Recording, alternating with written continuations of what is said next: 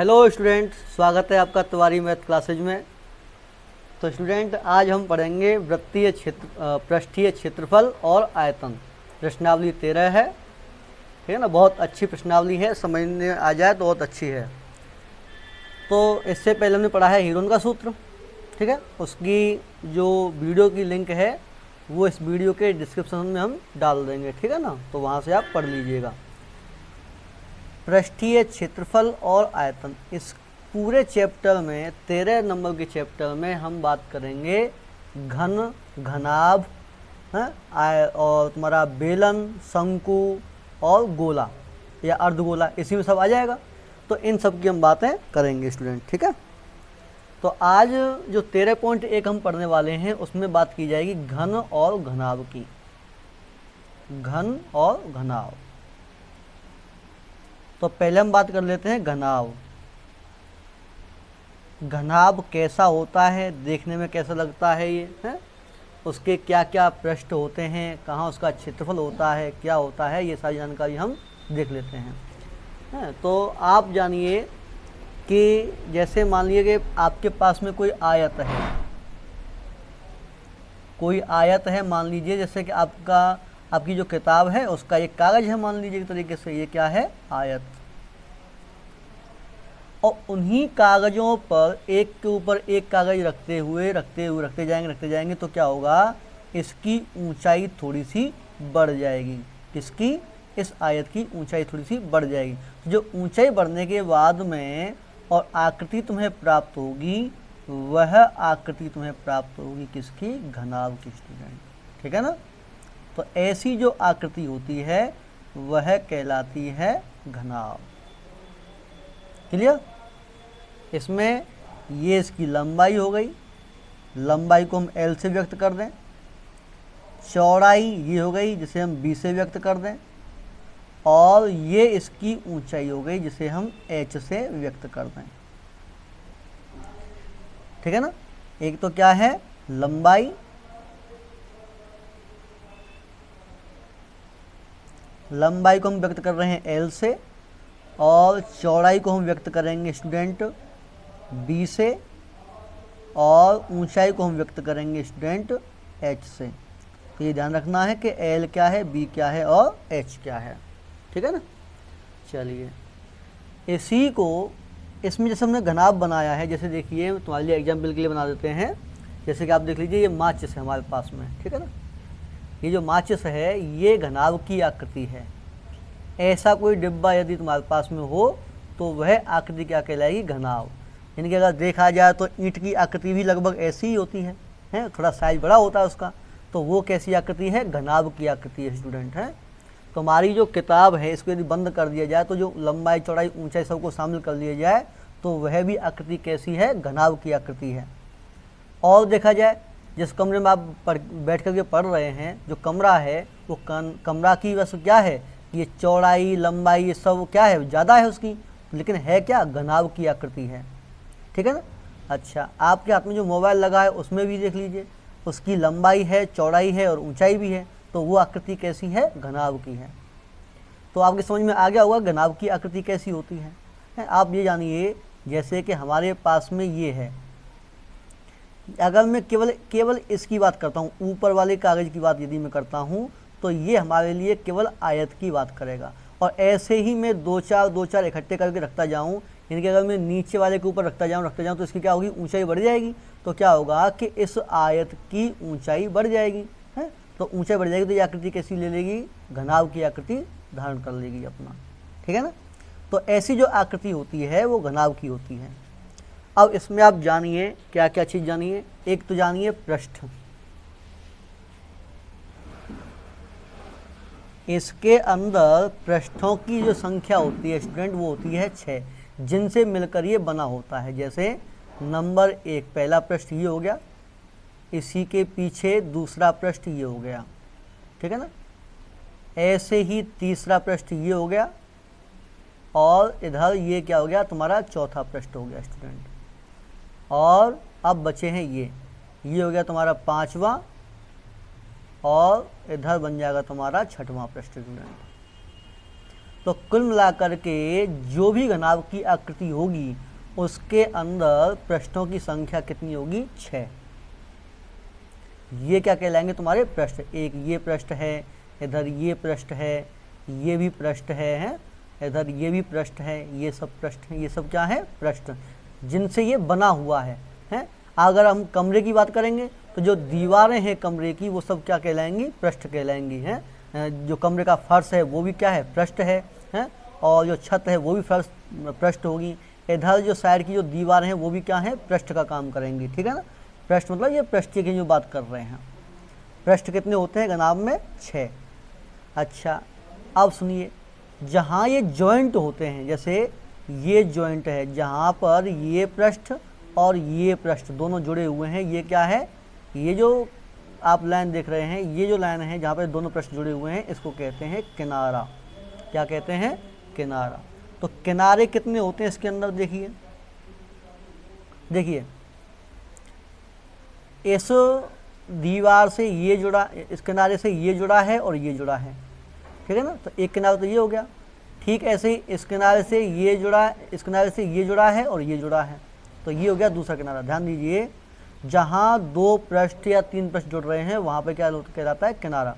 तो ये है तुम्हारा एक किनारा, इधर हो गया तुम्हारा दूसरा किनारा, ये हो गया तुम्हारा तीसरा किनारा और ये हो गया तुम्हारा चौथा किनारा। ठीक है ना? ये चौथा किनारा हो गया जहाँ पर ये पृष्ठ जुड़े हुए हैं आपस में। 4 तो हो गए ऊपर, देखो 1 2 3 4 इधर वाला। ऐसे ही 4 जैसे ऊपर है ना, ऐसे ही 4 तुम्हारे नीचे भी हैं। तो 1 किनारा, 2 किनारा, 3 किनारा और 4 किनारा। 4 ऊपर हो गए, 4 नीचे हो गए। अब देखिए इधर 1 किनारा ये है, 1 किनारा ये है, और इधर चलते हैं, 1 किनारा ये है और 1 किनारा ये है स्टूडेंट। ठीक है ना? ये वाला। तो कितने हो गए? 8 तो पहले हो गए और ये 4 12, यानी कि 4 ऊपर के 4 नीचे के, कितने हो गए? 8। और 4 ही कहाँ के हो गए? इस साइड वाले, है ना? तो कितने हो गए? 12 किनारे हो गए स्टूडेंट। ठीक है ना? इसके अंदर शीर्ष होते हैं। शीर्ष मतलब जहाँ पर 3 फलक जुड़ रहे हों, यानी कि 3 पृष्ठ जुड़ रहे हों। देखो ये जो पृष्ठ है ना, इसी को बहुत से लोग कह देते हैं फलक। इन्हीं को क्या कह देते हैं? फलक। इन्हीं को पृष्ठ कह देते हैं, इन्हीं को दीवार कह देते हैं, जिनसे बने हुए हैं। अच्छा, बात आई है शीर्ष की। तो जहाँ 3 पृष्ठ एक साथ जुड़ रहे हों, देखो एक पृष्ठ ये हो गया, दूसरा ये हो गया, तीसरा ये हो गया, ये तीनों कहाँ जुड़ रहे हैं? इस कोने पर। ये जो जगह है वो क्या है? शीर्ष है। तो ऐसे कितने शीर्ष हैं? एक शीर्ष ये है, दूसरा ये है, तीसरा ये है और चौथा ये है ना? तो ऐसे ही 4 ऊपर हैं और 4 ही कहाँ हैं? नीचे भी हैं। ठीक है ना? तो ये जो चारों कोने हैं ये इसके क्या कहलाएंगे? शीर्ष। तो कितने हो गए? 8 शीर्ष हैं, 4 ऊपर वाले और 4 नीचे वाले। ठीक है ना? तो ये हमने जाना है घनाभ के बारे में स्टूडेंट। ठीक है ना? ऐसी ही सेम आकृति होती है घन की, लेकिन अंतर क्या है कि उसमें लंबाई, चौड़ाई और ऊंचाई सब बराबर होती है। जैसे आप कभी खेलते हैं, लूडो गेम खेलते हैं, तो लूडो गेम में जो टॉस करते हैं, जो बिंदी आती हैं 1 2 3 4 5 लिखी जाती हैं, वो जो आकृति है टॉस वाली, डाइस जिसे कहते हैं, वो घन के आकार की होती है, जिसकी लंबाई, चौड़ाई और ऊंचाई सब बराबर होती है। जैसे कई बार आपने देखा होगा ना, वो बच्चे गेम खेलते हैं घना, क्यूब जिसे कहते हैं, क्यूब है ना, अंग्रेजी में क्या कहते हैं? घन को क्यूब। ये क्यूबॉइड है, ये क्यूबॉइड है घनाभ। घनाभ की अंग्रेजी क्या है? क्यूबॉइड। क्यूबॉइड। और जिसकी हम बात कर रहे हैं घन की क्या है? घन को कहते हैं अंग्रेजी में क्यूब। तो उन्होंने देखा होगा ना, एक गेम आता है जिसमें एक साइड में लाल रंग, एक साइड में नीला रंग, एक साइड में पीला, एक साइड में काला या जो भी सफ़ेद रहता है, और उनको ऐसे करके घुमा दिया जाता है और तब सेट करते हैं। तो वो क्या कहलाता है? वो घन के आकार का होता है। क्यों? उसकी लंबाई, चौड़ाई और ऊंचाई सब क्या होती है? बराबर होती है स्टूडेंट। ठीक है ना? तो अभी हमने जो बात सीखी है वो केवल घन और घनाभ की आकृति के बारे में सीखी है, आकृति के बारे में केवल सीखी है, जिससे अगर कोई क्वेश्चन हमें दिया जाए तो हम ये पहचान लें कि घन है या घनाभ है। क्यों पहचान लें? क्योंकि जब हम कोई क्वेश्चन करने बैठेंगे तो वहाँ पर हमें लगाना होगा फॉर्मूला। तो जब हम यही नहीं पहचान लेंगे कि आकृति घन की है कि घनाभ की है, तो वह फिर हम कौन सा फॉर्मूला लगाएंगे ये नहीं जान पाएंगे, ठीक है ना। तो इसलिए घन और घनाभ की आकृति हमने पहचान ली है। इसमें भी ये घनाभ की आकृति ही होती है सेम, इसमें लंबाई चौड़ाई सब ऊंचाई सब क्या होती है, बराबर होती है। जैसे ये है, इसमें लंबाई चौड़ाई और ऊंचाई सब क्या होती है, बराबर होती है। तो क्या कहलाएगा, घन कहलाएगा स्टूडेंट, ठीक है ना। इस तरह से इसको बनाया जाता है। बनाना भी सीख लीजिए, क्योंकि जब आप कई बार सवाल करोगे तो तुम्हें बनाना ही पड़ जाएगा कैसे कैसे बनाते हैं। अच्छा, ये जो हमने बनाई है आकृति घन की या घनाभ की, इनमें हमें केवल 3 प्रश्न दिखाई दे रहे हैं। प्रश्न मतलब ये फलक जिसकी सहायता से बना हुआ है। अगर आपको 6 विमाएँ दिखानी हो तो क्या बनाएंगे, देखिए इस तरह से आप बना सकते हैं। घनाभ बनाना सीख लीजिए। ऐसे करके एक आयत बनाया, इसी के ऊपर एक आयत और बना दिया।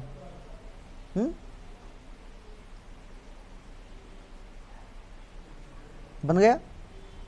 अब इधर वाला कोना इधर से मिला दीजिए, इधर का कोना इधर मिला दीजिए, इधर का कोना इधर मिला दीजिए, इधर का कोना इधर मिला दीजिए। तो ये जो आकृति है स्टूडेंट, ये किसकी आकृति है, घनाभ की आकृति है। अब आपको लगेगा कि ये बॉक्स सा बन गया है ना, तो इसको आप बनाना सीख लीजिए।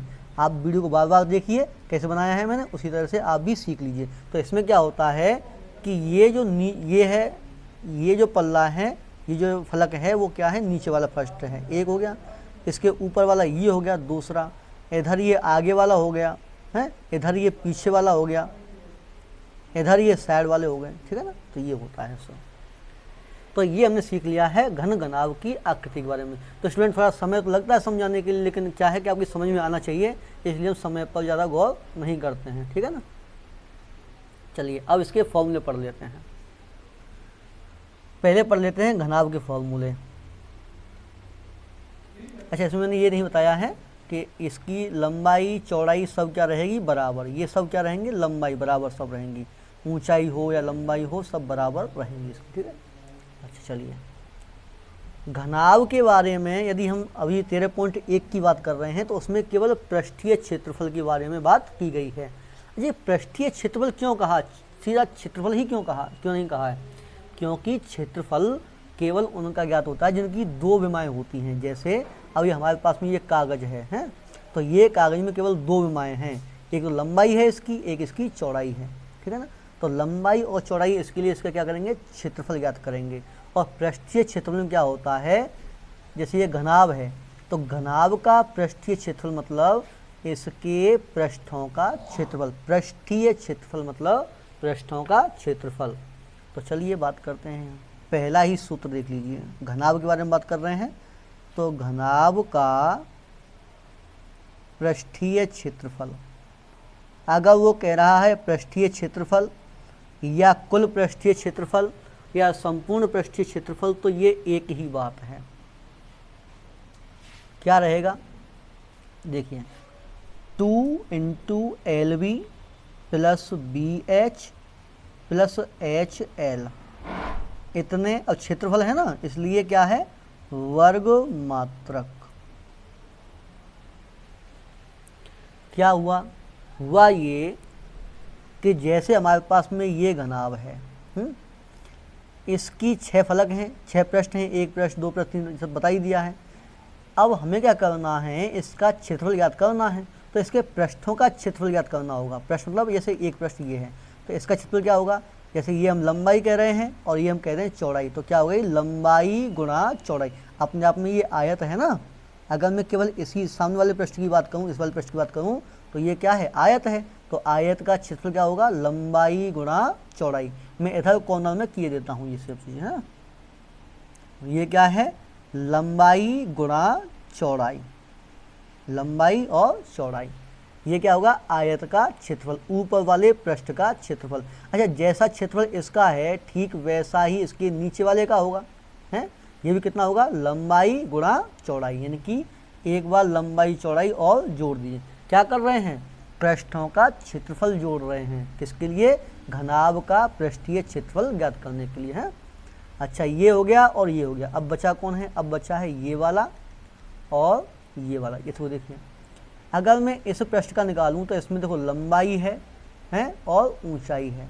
कौन कौन है, अगर ऐसे रखेंगे तो जैसे ये रखा तो ये इसकी लंबाई रहेगी और ये इसकी ऊंचाई रहेगी, है ना।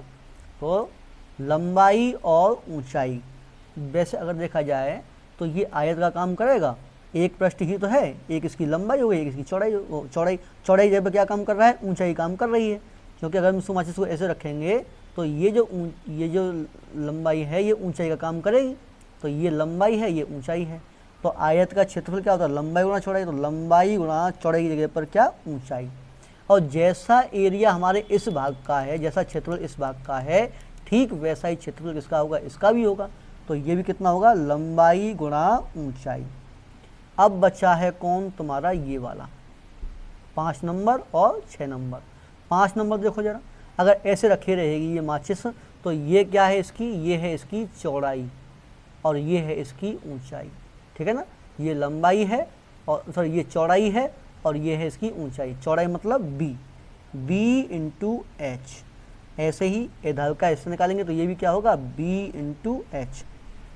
बस ये हो गया, 6 पृष्ठ हो गए, 1 2 3 4 5 6 पृष्ठ हो गए। तो देखिए क्या है, LB और LB कितनी बार है, 2 बार, 2 LB प्लस LH कितनी बार है, 2 बार, तो 2 LH। BH कितनी बार है, 2 बार, तो 2 BH। आप इसमें से 2 कॉमन ले लीजिए, सब में 2 कॉमन है तो क्या हो जाएगा, लंबाई गुणा चौड़ाई, चौड़ाई गुणा ऊंचाई और ऊंचाई गुणा लंबाई, या HL या LH कर लें, ठीक है ना। तो ये फॉर्मूला कहाँ से आया है, इस तरह से आया है। क्लियर। अब याद रखिए, अगर आप आकृति वाली बात नहीं समझ पाए हैं तो क्या करोगे, आप इसको रट लोगे, ठीक है ना।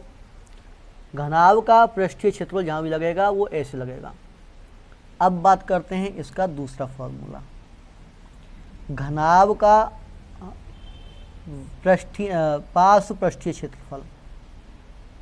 घनाभ का पार्श्व पृष्ठीय क्षेत्रफल, ये जो पार्श्व होता है ना, इसको कभी कभी वो वक्र बोल देता है, ध्यान रखना, वक्र पृष्ठीय क्षेत्रफल या पार्श्व पृष्ठीय क्षेत्रफल, ये ध्यान रखिए क्या है,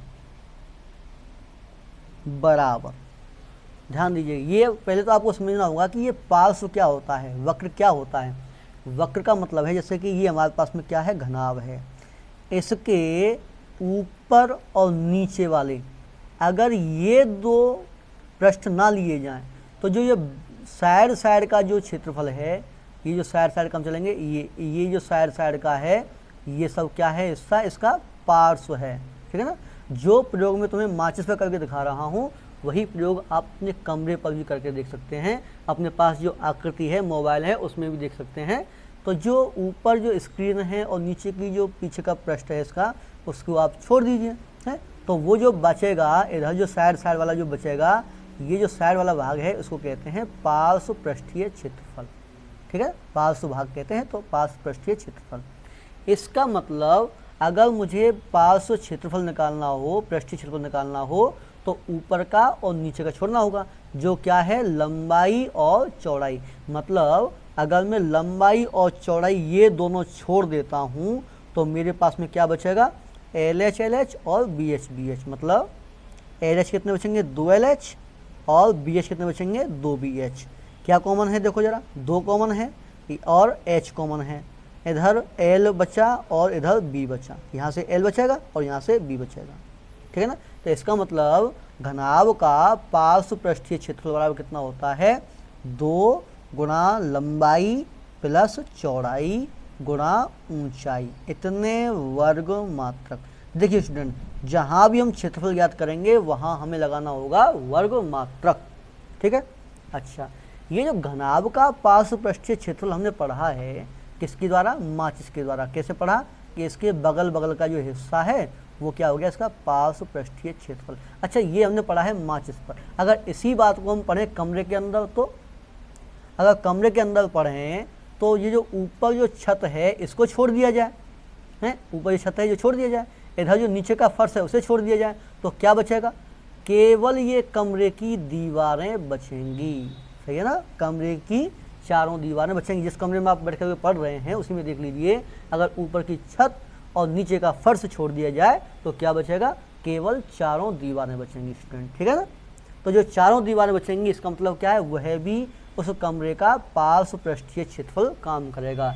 यानी कि कभी भी अगर तुमसे ये पूछा जाए कि कमरे की चारों दीवारों का क्षेत्रफल, कमरे की चारों दीवारों का क्षेत्रफल, तो फॉर्मूला यही रहेगा जो हमने अभी पढ़ा है, 2 लंबाई प्लस चौड़ाई गुणा ऊंचाई। ये सब क्या है, सब बराबर है, ठीक है ना, ये इसके बराबर है। ये लगा दूँ, यहाँ बराबर लगा दूँ, यहाँ हटाइए सब। घनाभ का पार्श्व पृष्ठीय क्षेत्रफल कहे या कमरे की चारों दीवारों का क्षेत्रफल कहे, फॉर्मूला यही लगना है, ठीक है ना। तीसरा फॉर्मूला घनाभ का ये जान लीजिए, हालांकि काम नहीं पड़ने वाला है अभी।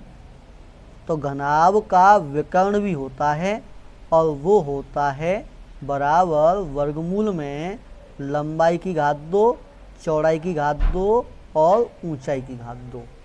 इतने मात्रक, केवल मात्रक, क्षेत्रफल नहीं है ना। अगर क्षेत्रफल होता तो वर्ग मात्रक, और क्षेत्रफल नहीं है तो क्या है, मात्रक। विकर्ण है, विकर्ण क्या है, एक लंबाई होती है ना। कैसी लंबाई होती है, जैसे कि ये माचिस है, हैं, इसके अंदर, चलो मैं खुद दिखा देता हूँ। जैसे मान लिया हम कमरे के अंदर प्रवेश कर गए और यहाँ अगर हम कोई सीख इसके अंदर रखें या पेन ही रखें, तो ऐसे करके जो आप आकृति रखोगे इसके अंदर, तो जो ऊपर का ये वाला जो कोना है और इधर का जो नीचे वाला कोना है, इसको यदि हम दोनों को मिलाते हुए रेखा खींचें तो वो आकृति कहलाएगी इस घनाभ का विकर्ण, ठीक है ना। उसका यदि याद करना हो तो लंबाई वर्ग, चौड़ाई वर्ग, ऊंचाई वर्ग, ठीक है ना। अब हमने क्या चीज़ सीखी है, एक तो ये सीख लिया है कि घनाभ क्या होता है, घनाभ की आकृति क्या होती है। दूसरा ये सीखा है कि घनाभ के फॉर्मूला क्या हैं, एक तो घनाभ का पृष्ठीय क्षेत्रफल और एक घनाभ के पार्श्व पृष्ठीय क्षेत्रफल और एक घनाभ का विकर्ण, ठीक है ना। अब सीखेंगे कि ये फॉर्मूला लगाना कब है, वो हमसे क्या कहेगा। क्या अगर मान लीजिए हमसे वो कह दे कि कमरे की चारों दीवारों का क्षेत्रफल, आप तो साफ साफ लगा दोगे, कमरे की चारों दीवारों का क्षेत्रफल लगा दिया। लेकिन अगर वो हमसे ये कह दे कि कमरे पर पेंट करना है, रोगन करना है, कमरे की चारों दीवारों पर क्या करना है, रोगन, तो अब जब रोगन करोगे, जैसे मान लीजिए मैंने यहाँ से ये हटाया, तो रोगन आप कहाँ करोगे, रोगन आप करोगे इसकी दीवारों पर, है ना। कहाँ कर रहे हैं, कमरे की चारों दीवारों पर। जब आप बाहर बाहर पुताई कर रहे हैं, इसका मतलब आप इसके क्षेत्रफल की बात कर रहे हैं। इसके ऊपर कोई पर्दा ढकना है तो पर्दा इसके लिए सिलोगे तो कहाँ सिलोगे, इसके बाहर बाहर के लिए सिलोगे, ऊपर सिलोगे या बाहर। कुल मिलाकर के इसके अंदर नहीं जाना पड़ेगा तुम्हें, अंदर नहीं जाना पड़ेगा, मतलब जो बाहर बाहर आप काम कर रहे हैं वो इसके पृष्ठीय क्षेत्रफल की तुम बात कर रहे हैं, ठीक है ना। तो घर वाले फॉर्मूला देख लीजिए क्या है। घन के बारे में मैंने कहा है कि घन में और घनाभ में कोई अंतर नहीं है, बस यही है कि घनाभ की यदि लंबाई, चौड़ाई और ऊंचाई बराबर कर दी जाए तो वह घन बन जाता है। तो अगर लंबाई चौड़ाई बराबर हैं तो क्या बन जाएगा, घन। तो घन का पृष्ठीय क्षेत्रफल, घन का पृष्ठीय क्षेत्रफल बराबर, देखिए यहीं से निकाल दीजिए, क्या होगा कि लंबाई चौड़ाई सब बराबर है, तो ये भी क्या हो जाएगा, एल हो जाएगा, ये भी एल, ये एल, सब एल हो जाएंगे। तो एल गुणा एल मतलब एल स्क्वायर, एल गुणा एल मतलब एल स्क्वायर, एल गुणा एल मतलब एल स्क्वायर, है ना। कितना हुआ देखिए जरा, देखो एक एल, दो तो है ही बाहर, एक है एल स्क्वायर, दूसरा एल स्क्वायर और तीसरा एल स्क्वायर। जब क्या है, लंबाई चौड़ाई सब कैसे हैं, बराबर हैं, है ना, तब की बात कर रहे हैं। देखो 2 गुणा ये कितने हो गए, 3 एल स्क्वायर मतलब 6 एल स्क्वायर, 2 गुणा 3 मतलब 6 एल स्क्वायर। इसका मतलब किसी घन का पृष्ठीय क्षेत्रफल ज्ञात करना हो तो फॉर्मूला होता है 6 गुणा एल, क्या है, कोई भी लंबाई, लंबाई हो, चौड़ाई हो या ऊंचाई हो, कोई भी एक हो उसका वर्ग, 6 गुणा भुजा की घात 2। अच्छा, अगर ये देखा जाए तो घन बना किससे है, वर्ग से, है ना। वर्ग के ऊपर वर्ग रखते गए, जैसे ये है लंबाई चौड़ाई सब बराबर है, वर्ग के ऊपर वर्ग रखते गए, क्या बनता गया, एक घन बनता गया है।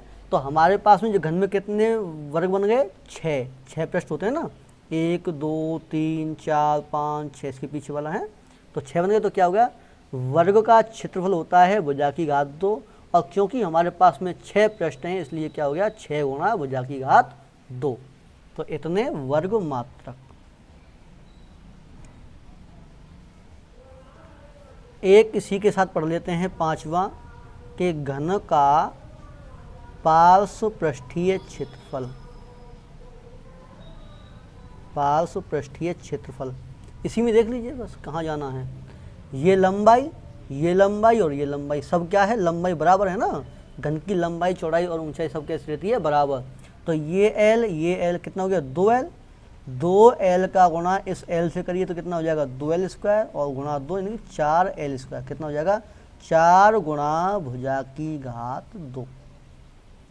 घन में प्रत्येक पृष्ठ की लंबाई चौड़ाई सब क्या होती है, बराबर होती है। और अगर आप पार्श्व की बात कर रहे हैं, मतलब उसके पार्श्व की बात कर रहे हैं, साइड की बात आप कर रहे हैं, तो इसके पास में कितने पृष्ठ हैं, 4। तो एक का क्षेत्रफल कितना है, भुजा की घात 2। जब ये वर्ग हो तब की बात कर रहा हूँ, अभी तो क्या है, ये घनाभ है ना। अगर इसकी लंबाई चौड़ाई सब बराबर कर दी जाए तो क्या हो जाएगा, वर्ग हो, घन हो जाएगा, है ना। 4 गुणा भुजा की घात 2 वर्ग मात्रक। 6वां है घन का विकर्ण। घन का विकर्ण तो वह भी सब यहीं से याद कर लिया जाता है। यहीं पर L स्क्वायर कितने हो गए, 3L स्क्वायर। तो ये बन जाएगा वर्गमूल 3 गुणा भुजा, इतने मात्रक। ठीक है ना। तो ये स्टूडेंट हमने क्या कर दिया है, तुम्हारे लिए फॉर्मूला लिखा दिए हैं। अब ये फॉर्मूले आपको याद भी करने हैं। 6 के 6 फॉर्मूले तुम्हें दिख भी रहे होंगे। 13.1 के लिए यही फॉर्मूले पर्याप्त हैं। अब धीरे धीरे क्वेश्चन देख लेते हैं, कैसे कैसे क्वेश्चन आपको करने हैं। ठीक, तो पहला क्वेश्चन है स्टूडेंट कि 1.5 मीटर लंबा, 1.25 मीटर चौड़ा और 65 सेंटीमीटर गहरा प्लास्टिक का एक डिब्बा बनाया गया है। इसे ऊपर से खुला रखना है। प्लास्टिक शीट की मोटाई को नगण्य मानते हुए निर्धारित कीजिए कि डिब्बा बनाने के लिए आवश्यक शीट का क्षेत्रफल कितना है और इस शीट का मूल्य 1 रुपये प्रति मीटर स्क्वायर का, शीट का मूल्य यदि 20 रुपये है तो क्या करना है, इस शीट का मूल्य भी ज्ञात करना है स्टूडेंट। ठीक है ना। समझिए क्या है। पहली बात तो ये है कि जो लंबाई चौड़ाई या ऊंचाई जो भी हमें दे रखी हैं उनकी इकाई सेम होनी चाहिए स्टूडेंट। जैसे ये मीटर में है, ये मीटर में है और ये किस में है, सेंटीमीटर में। तो हम क्या करेंगे, इन सभी को छोटी इकाई में चेंज कर लेंगे। जैसे सेंटीमीटर छोटी इकाई है, मीटर बड़ी इकाई है, तो इस मीटर को किस में चेंज कर लेंगे, सेंटीमीटर में। क्यों, उससे ये फ़ायदा मिलेगा कि ये जो दशमलव है ना, ये हट जाएगा लगभग, है ना। तो अधिकांश हम क्या करेंगे कि बड़ी इकाई को छोटी इकाई में चेंज करेंगे। ठीक है ना। अच्छा, सवाल समझिए क्या कह रहा है। वो कह रहा है जैसे कि ये है हमारे पास, ठीक है, क्या है, माचिस का पैकेट है हमारे लिए। वो कहता है कि इतने लंबाई चौड़ाई ऊंचाई का गहरा, गहरा मतलब ऐसे ये गहरा, इसकी जो गहराई है ये, अब ये ऊपर से देखोगे तो गहराई है और यहाँ से देखोगे तो क्या है, उसकी ऊंचाई है ना। तो गहराई हो या ऊंचाई हो वो बात एक ही काम करेगी यहाँ, है ना। तो प्लास्टिक का एक डिब्बा, ऐसा कोई डिब्बा हमें बनाना है, इसे ऊपर से खुला रखना है। तो ये क्या है, ऊपर से खुला हुआ है स्टूडेंट, ठीक है ना, एकदम खुला हुआ है। कहता है कि प्लास्टिक की शीट की मोटाई को नगण्य मानते हुए, इसकी जो मोटाई है ना, जैसे ये बिल्कुल बहुत कम मोटाई है, इसको क्या कर लीजिए, एकदम नगण्य मान लीजिए, है ही नहीं मोटाई। इस तरह से क्या कर लीजिए, नगण्य मानते हुए निर्धारित कीजिए कि डिब्बा बनाने के लिए आवश्यक शीट का क्षेत्रफल, जो शीट इसमें लगी हुई है, इसको बनाने में जो कागज लगा हुआ है, इसका क्षेत्रफल। तो कागज कहाँ कहाँ लगा हुआ है, देखिए। एक तो इसकी ये चारों दीवारें हैं, है ना, जैसे हमने पढ़ा है ना, कमरे का चारों दीवारों का क्षेत्रफल। एक तो ये लगा है और क्या लगा है, ये आधार लगा हुआ है, सही है ना। ऐसा समझ लीजिए जिस कमरे में बैठ करके आप पढ़ रहे हैं उसकी छत नहीं है, छत नहीं है, और जो दीवारें बची हैं और जो फर्श बचा है उनसे मिलकर के क्या बना हुआ है, ये एक डिब्बा बना हुआ है, प्लास्टिक का एक डिब्बा बना हुआ है, ठीक है ना। तो क्या करना है, इन सीटों का क्षेत्रफल हमें ज्ञात करना है ना। तो सीटों का क्षेत्रफल मतलब इसकी चारों दीवारों का क्षेत्रफल और प्लस इसके आधार का क्षेत्रफल, ठीक है ना स्टूडेंट। तो यही आपको समझना है केवल। पहली बात तो ये है कि जो लंबाई चौड़ाई ऊंचाई हमें दी हैं, लंबाई यानी कि L कितनी दी है, 1.5 मीटर। इधर चौड़ाई कितनी दी है, B बराबर दिया है 1.25 मीटर। इधर ऊंचाई यानी कि गहराई गहराई h दी है तुम्हारे लिए 65 सेंटीमीटर, 65 सेंटीमीटर। अच्छा, अब हमें क्या करना है, पहले तो इन मीटर मीटर को किस में चेंज कर लेना है, सेंटीमीटर में, है ना। छोटी इकाई क्या है, सेंटीमीटर है, इन सबको सेंटीमीटर में चेंज करिए। तो आप जान के रखिए कि 1 मीटर में 100 सेंटीमीटर होते हैं। लगाइए, तो 1.5 गुणा 100 कर दीजिए। मीटर को सेंटीमीटर में चेंज करने के लिए 100 का गुणा कर दीजिए। 100 का गुणा करेंगे कितना हो जाएगा, 150, इतने सेंटीमीटर, ठीक है ना, ये अलग है। इधर इसे चेंज करेंगे तो 1.25 गुणा 100 मतलब 125 सेंटीमीटर, और ये सेंटीमीटर में है ही पहले से। हमने क्या तैयार कर लिया, लंबाई, चौड़ाई और ऊंचाई को एक इकाई में चेंज कर लिया, यानी कि सेंटीमीटर में चेंज कर लिया। अब उसका पहला क्वेश्चन है कि डिब्बा बनाने के लिए आवश्यक सीट का क्षेत्रफल। तो लिख देते हैं, डिब्बा बनाने के लिए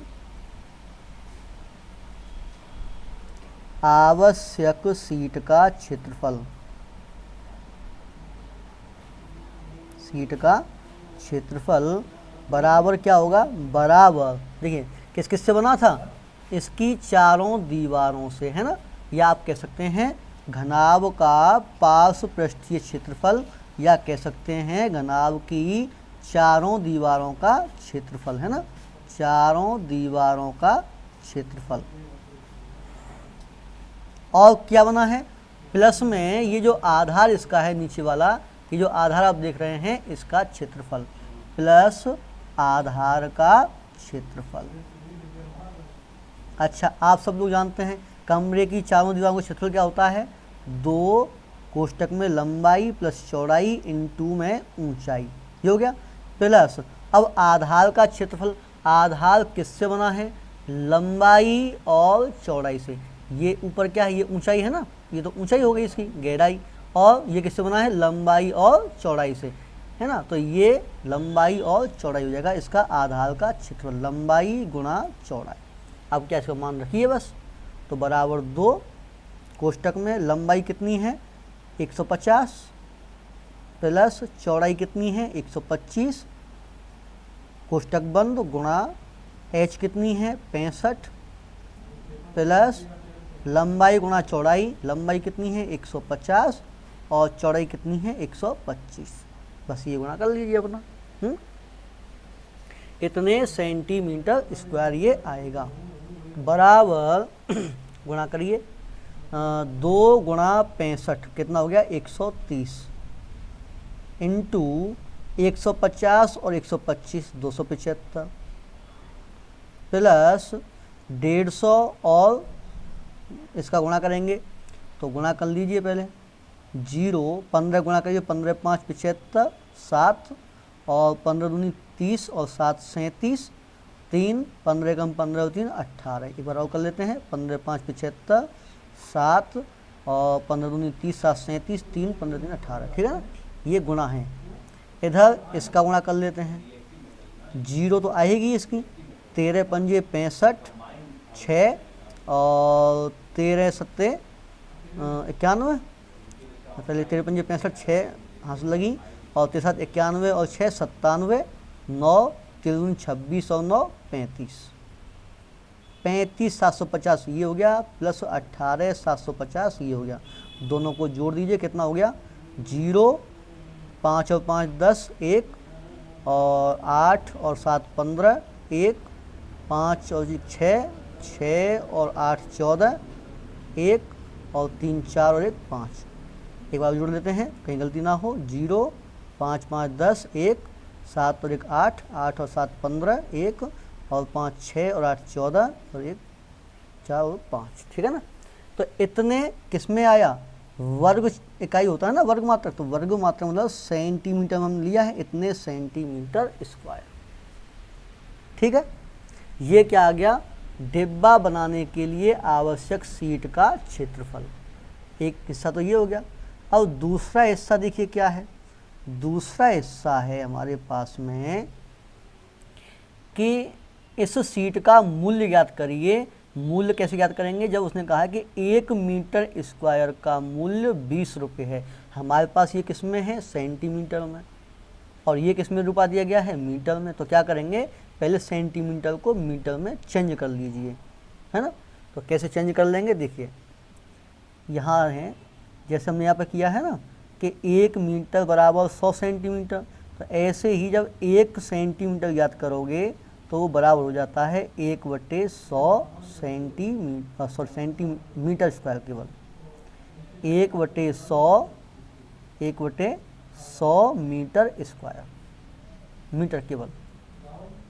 चलिए, तो यहाँ जो हमारे पास गत्ता है इसको मीटर में चेंज कर लेते, हटा देते इसे, मीटर में चेंज करेंगे तो क्या हो जाएगा? 54,500 है। सेंटीमीटर को मीटर में चेंज करेंगे तो 1/100 है, लेकिन ये स्क्वायर है तो हमने ये 2 बार गुणा, इतने मीटर स्क्वायर। अगर केवल सेंटीमीटर होता तो 1/100 गुणा कर देते, मीटर सेंटीमीटर स्क्वायर है तो 1/100 का 2 बार गुणा कर देंगे, ठीक है ना। स्क्वायर मतलब 2 बार गुणा। तो देखिए क्या होगा, 2 जीरो से 2 जीरो कट जाएगी, 100 का भाग देंगे 545 में, कितनी बार जाएगा? 5.45 मीटर स्क्वायर। अगर हम चाहते तो इसी सेंटीमीटर को मीटर में चेंज कर लेते, लेकिन मैंने इसलिए कर दिया कि दशमलव से थोड़ा सा बचे रहें, ठीक है ना, और कोई पर्पज नहीं था। तो ये हो गया तुम्हारा। इधर हम ये फॉर्मूला भी जान गए कि 1 मीटर में 100 सेंटीमीटर और 1 सेंटीमीटर में 1/100 मीटर। अच्छा, इसी के साथ साथ ये भी जान गए कि केवल सेंटीमीटर होता तो 1/100 का गुणा, लेकिन सेंटीमीटर स्क्वायर है तो 2 बार गुणा, ठीक है। चलिए दूसरा, उसने कहा कि 1 मीटर स्क्वायर का मूल्य, 1 मीटर स्क्वायर का मूल्य बराबर कितना? 20 रुपये है। किसका मूल्य है ये? सीट का। 1 मीटर स्क्वायर सीट का मूल्य।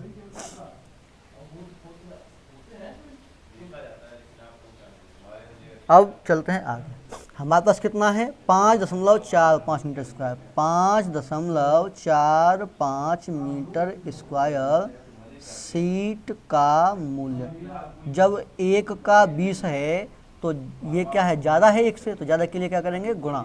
20 गुणा 5.45 गुणा करिए, 20 पंजे 100 है, 0 10 लगे हासिल, 20 का 80, 80 और 10 90, हासिल कितने? 9, और 20 पंजे 100, 100 और 9 109। एक बार फिर से देख लीजिए, 20 पंजे 100, हासिल 10 लगे, और 20 का 80 और 10 90, हासिल 9 लगे, और 20 पंजे 100 और 109 हो गए। दशमलव 2 अंक बाद, यानी कि यहाँ कितना लगेगा? 109। दशमलव के बाद में 0 का कोई मतलब नहीं है, तो 109 रुपये इसका खर्चा आ जाएगा स्टूडेंट, ठीक है ना। तो इस तरह से हमें काम करना है स्टूडेंट। अब यहाँ देखिए, कहता है दूसरा क्वेश्चन कि एक कमरे की लंबाई, चौड़ाई, ऊंचाई क्रमशः ये है। इसका मतलब है, क्रमशः का मतलब क्रम से, पहले लंबाई है तो पहले लंबाई, फिर चौड़ाई है तो फिर चौड़ाई, फिर ऊंचाई है तो फिर ऊंचाई, ठीक है ना। तो लंबाई, चौड़ाई और ऊंचाई हमें दी गई हैं कितनी? 5, 4 और 3 मीटर। सभी की इकाई देख लीजिए, मीटर मीटर मीटर, सब मीटर में एकदम फ्री रहिए। अब कहता है कि 7.50 7.5 रुपये प्रति मीटर स्क्वायर, यानी कि इसका मतलब समझिए क्या कह रहा है? प्रति मीटर स्क्वायर, यानी कि 1 मीटर स्क्वायर की कीमत क्या है? 7.5 रुपये। अगर ऐसे लगाएं तो इस कमरे की दीवारों और छतों पर सफ़ेदी कराने का व्यय ज्ञात कीजिए। अब आपको देखना है, इसमें कहीं लिखा तो है नहीं कि पृष्ठीय क्षेत्र ज्ञात कीजिए, क्या ज्ञात कीजिए है। तो आप देख रहे हैं क्या करना है तुम्हें? सफ़ेदी करानी है। सफ़ेदी कहाँ कराओगे? कमरे की दीवारों पर और उसकी छत पर, यानी कि जैसे ये है, जिस कमरे में आप बैठे हुए हैं वो इस कमरे की चारों दीवारें हो गई, और कहाँ? उसकी छत ऊपर। अब ये तो ऐसे बंद हो गया ना, तो इधर ये साइड में जो है, ये जो साइड है इसकी, ये क्या है? इसकी दीवारें हैं, है ना। इधर ऐसे चलेंगे, इधर ये चलेंगे तो क्या है? इसकी दीवार। और इसकी जो ऊपर मैंने उंगली रखी है ये क्या है? इसकी छत है। तो आपको पेंट कहाँ कहाँ करना है? कमरे की चारों दीवारों पर करना है और उसकी छत पर करना है, ठीक है ना। तो वहीं पर सफ़ेदी का क्षेत्र ज्ञात करिए। पहले क्या है सॉल्यूशन? तो पहले तो ये देख लीजिए, लंबाई क्या दी है? लंबाई दी है हमारे लिए L बराबर, लंबाई L बराबर कितना है 5 मीटर, चौड़ाई बराबर दी है, चौड़ाई जिसे हम B कहते हैं वो कितनी है 4 मीटर, और एक ऊंचाई दी गई है, ऊंचाई यानी कि H बराबर कितना है 3 मीटर। ठीक है ना। तो पहले तो आप क्या करिए कि जो हाँ सफ़ेदी होनी है उसका क्षेत्रफल ज्ञात कर लीजिए, कितनी लंबाई चौड़ाई में सफ़ेदी होनी है। ठीक है ना। तो क्षेत्रफल यानी कि सफ़ेदी किए गए भाग का क्षेत्रफल, सफ़ेदी जहाँ सफ़ेदी करनी है उस भाग का क्षेत्रफल, भाग का क्षेत्रफल कहाँ कहाँ सफ़ेदी की गई है, कमरे की चारों दीवारों पर, है ना। तो कमरे की चारों दीवारों का क्षेत्रफल, दीवारों का क्षेत्रफल प्लस और कहाँ की गई है छत का क्षेत्रफल, सॉरी कमरे की चारों दीवारों का क्षेत्रफल मतलब अभी फॉर्मूला हमने पढ़ाई है 2 लंबाई प्लस चौड़ाई इंटू में ऊंचाई प्लस छत का क्षेत्रफल। अब जहाँ आप बैठे हुए हैं कमरे के अंदर वहीं देख लीजिए, छत जो है वो तुम्हारे आधार की आकृति की है सेम, तो वो किस में है लंबाई में है और चौड़ाई में है ना। तो उसका क्षेत्रफल हो जाएगा कितना लंबाई गुणा चौड़ाई, लंबाई गुणा चौड़ाई। ठीक है ना। अब यहाँ पर क्या फॉर्मूला बस थोड़ा थोड़ा काम करता है, लेकिन अगर आप आकृति समझ रहे हैं तो वो सारा काम करेगा। इसका कोई फॉर्मूला थोड़ी नहीं दिया जाएगा सफ़ेदी का क्षेत्रफल क्या होगा, नहीं दिया जाएगा है। तो आपको ध्यान रखना है कमरे की चारों दीवारों का क्षेत्रफल हो गया, ये हो गया, और कौन है छत पर की गई सफ़ेदी, छत का क्षेत्रफल हो गया कौन लंबाई गुणा चौड़ाई। इसके मान रखिए 2 लंबाई कितनी है 5 प्लस चौड़ाई कितनी है 4 गुणा ऊंचाई कितनी है 3 प्लस लंबाई कितनी है 5 गुणा चौड़ाई कितनी है 4। तो पहले आप इस स्टेप को पूरा करिए फिर इसको पूरा करिए।